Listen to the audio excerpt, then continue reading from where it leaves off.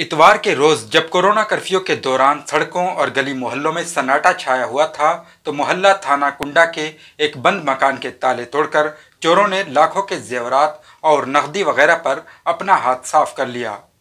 इस घर के अहले खाना ने ईटीवी भारत से बात करते हुए बताया कि घर के तमाम अफराद ईद के मौके पर अपने रिश्तेदारों के घर दिल्ली गए हुए थे।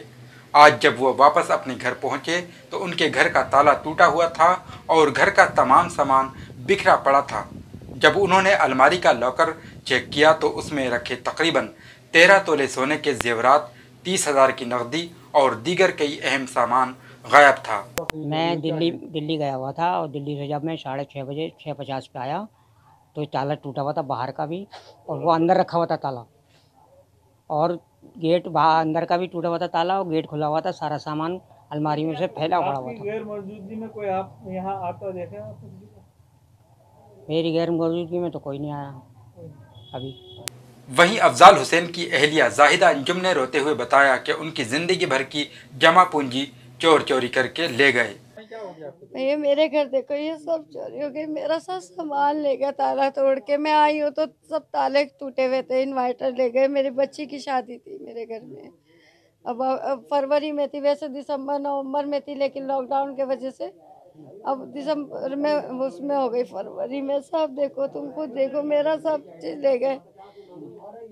मेरी शादी का था, मेरी उम्र भर की कमाई थी, मेरे बच्चे की सब कुछ ले गए। 30,000 रुपया नकद भी ले गए मेरा। लगभग कितना सोना? कम से लगभग 13 तोले तो होगा।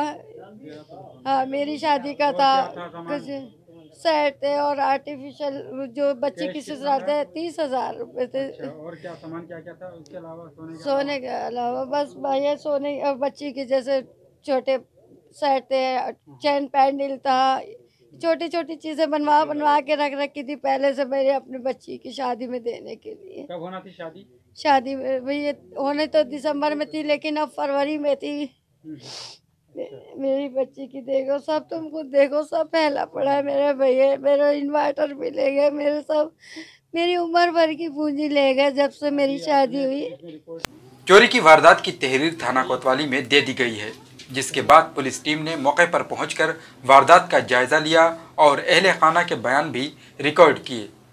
अब देखने वाली बात यह होगी कि पुलिस चोरी की इस वारदात का कब तक पर्दाफाश कर सकेगी। ईटीवी भारत के लिए रामपुर से अबुल कलाम।